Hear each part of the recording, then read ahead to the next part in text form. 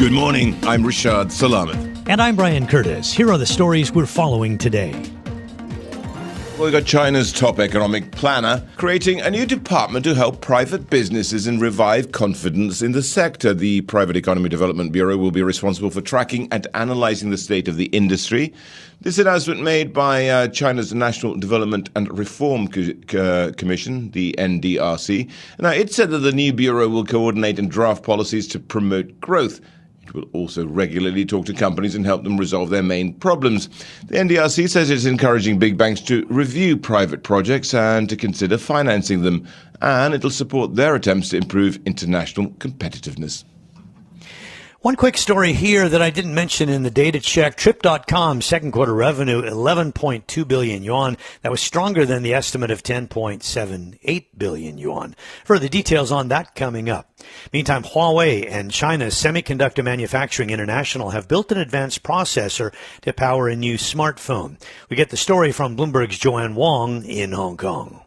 Huawei's new Mate 60 Pro is powered by a new Kirin 9000S chip.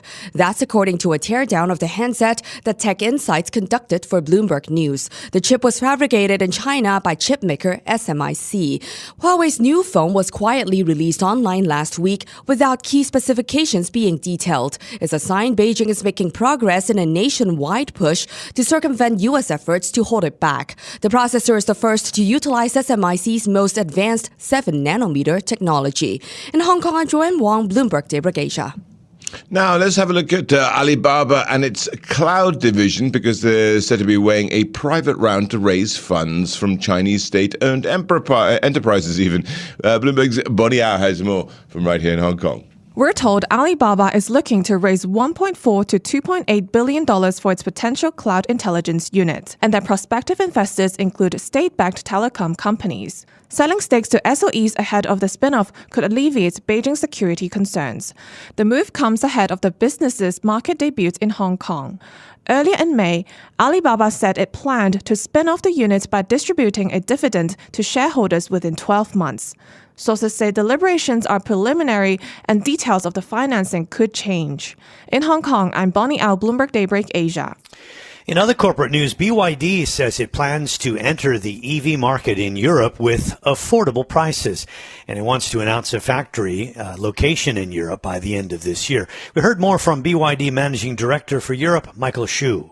We've got a very good marketing performance in China. Europe is our strategic market, and we want to try. We want to communicate with the customer here, and let's see, the IAA is a great opportunity and to have this conversation.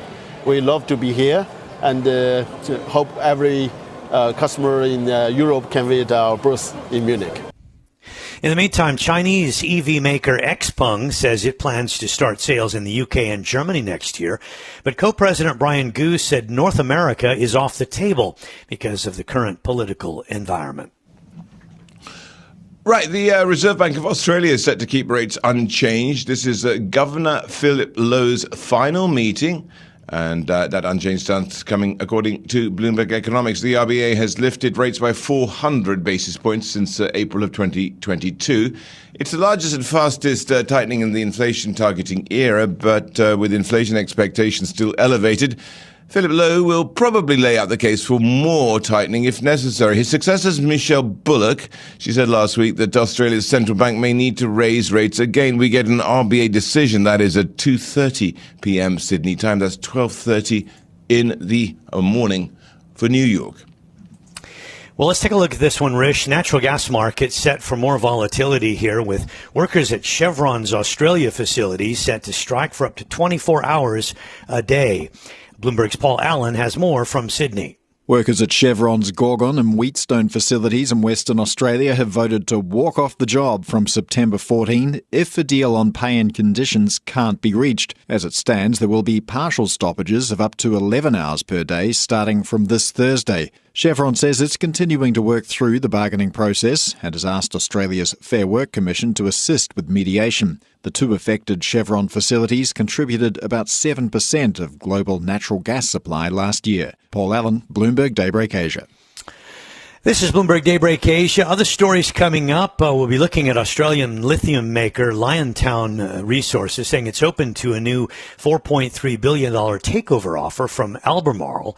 Also, CVC Capital Partners is said to be nearing a deal to buy the infrastructure investor DIF Capital Partners. This is a big deal. DIF has about $17 billion of assets under management. We have oil holding near the highest level since November as OPEC Plus tightens up the market a little bit. And it's also quite interesting that Alibaba is selling shares to state-owned enterprises. Does that mean even more party oversight? And what does it mean for board members? We'll put that to our guests. But now it's time for global news. North Korea's Kim Jong-un is planning to visit Russia to talk about arms deals. Ed Baxter has global news from the 960 newsroom in San Francisco. Ed. Yeah, that's right, Brian. Kim will travel to Russia this month to meet with Russian President Vladimir Putin to discuss the possibility of supplying Russia with more weapons for its Ukraine war. The plan, according to U.S. sources, would be for him to travel by armored train from Pyongyang to Vladivostok, although he could ultimately go to Moscow. And Reuters is reporting the two will discuss holding joint military exercises as well.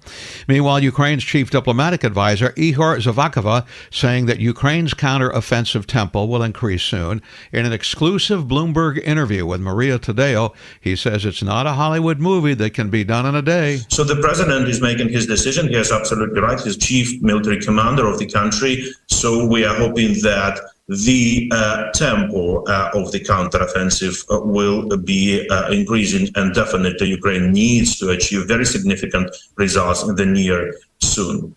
Yeah, Zakova saying that he trusts Turkey will do all possible as well, regaining the grain deal. But Bloomberg now is reporting the current talks have ended, with Vladimir Putin saying that he would not revive the deal at this point unless obstacles to Russia's own agricultural export hurdles are removed. The leaders do go to the G20 this week. The head of the World Trade Organization is sharply criticizing Western governments for embracing protectionist policies and shifting toward a power-based global trading system. No country was singled out, but the U.S. under Trump and Biden have called for more domestic production. U.S. President Biden using Labor Day as a campaign stop today. When the last guy was here, you were shipping jobs to China. Now we're bringing jobs home from China. When the last guy was here, your pensions were at risk. We helped save millions of pensions. Now, Biden again repeated Wall Street did not build America. The middle class and unions built America. China has meanwhile criticized the Biden administration's strategy toward Beijing as being doomed to fail. This less than a week after Commerce Secretary Gina Raimondo's visit to Beijing with the aim of bolstering ties. China's Ministry of State Security saying it is a decades-old approach of competition and controlling competition, saying it is just engagement and containment, saying China will never let down its vigilance because of a few beautiful words from the U.S.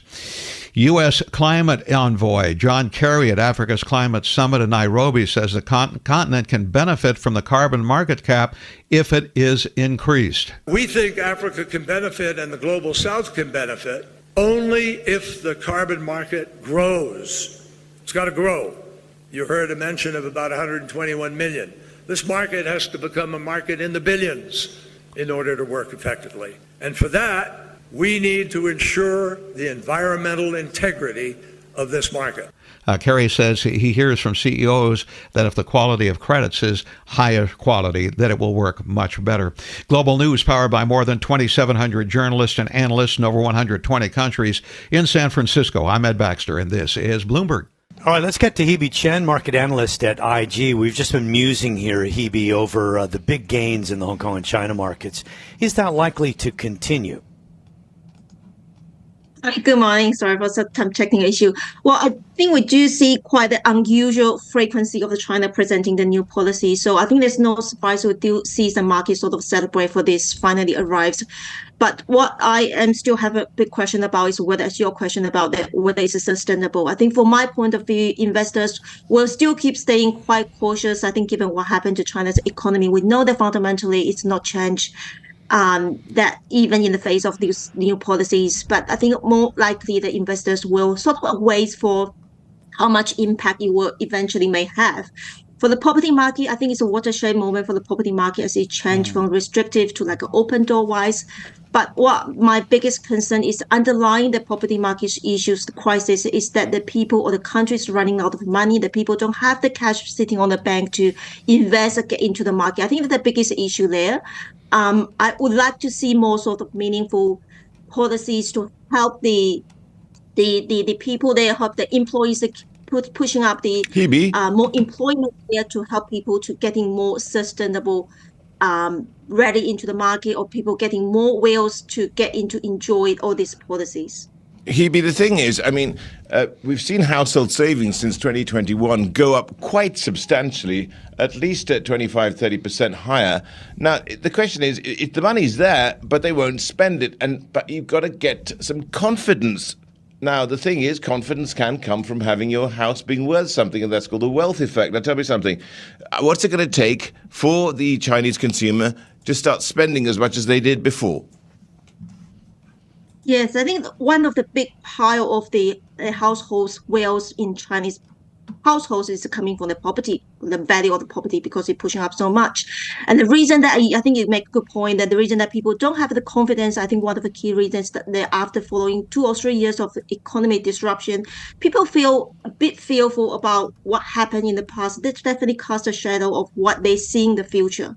If they're seeing the economy is not moving as strongly as they used to, it's not moving even upwards, I think they definitely have a big confidence in terms of should they save more for future if the future doesn't look right. On the other hand, I think there's one that key numbers we've been talking about, and Chinese government not trying to reveal to the world, is the youth unemployment rate. We're seeing that nearly one out of 4 young people under 25, they don't have a job, they're not generating any cash flows, but they are eating into their parents or their families' household saving, as well as their retirement super fund. So that's the biggest issue. I think that's the issue that we're definitely. Sorry? Yeah, let's get briefly to one specific story, Alibaba and selling shares to state-owned enterprises. Yeah. If you can talk about that specifically, great. If not, just generally, then what's your impression of that? So I think that what happened in the Alibaba to the past 3 years is the Chinese government is trying to getting more and more control for the biggest tech giants in China. And as you just covered, they having more parties saying that they're trying to setting up the private business organization to having more control over that. That meaning that all the business in China is taking into a more centralized control by the Chinese government. What that means, there will more government say, there will be less of the market say. So the free will in the market, the driver of the market, there will be quite substantial weakening by that. Okay. This is Bloomberg Daybreak Asia, your morning brief on the stories making news from Hong Kong to Singapore and Wall Street. Look for us on your podcast feed every day on Apple, Spotify, and anywhere else you get your podcast. You can also listen live each day on Bloomberg 1130 in New York, Bloomberg 99.1 in Washington, Bloomberg 106.1 in Boston, and Bloomberg 960 in San Francisco. Our flagship New York station is available on your Amazon Alexa devices. Just say, Alexa, play Bloomberg 1130. Plus, listen coast to coast on the Bloomberg Business app, Sirius XM Channel 119, the iHeartRadio app, and on Bloomberg.com. I'm Brian Curtis. And I'm Rashad Salamat. Join us again tomorrow for all the news you need to start your day right here on Bloomberg Daybreak Asia.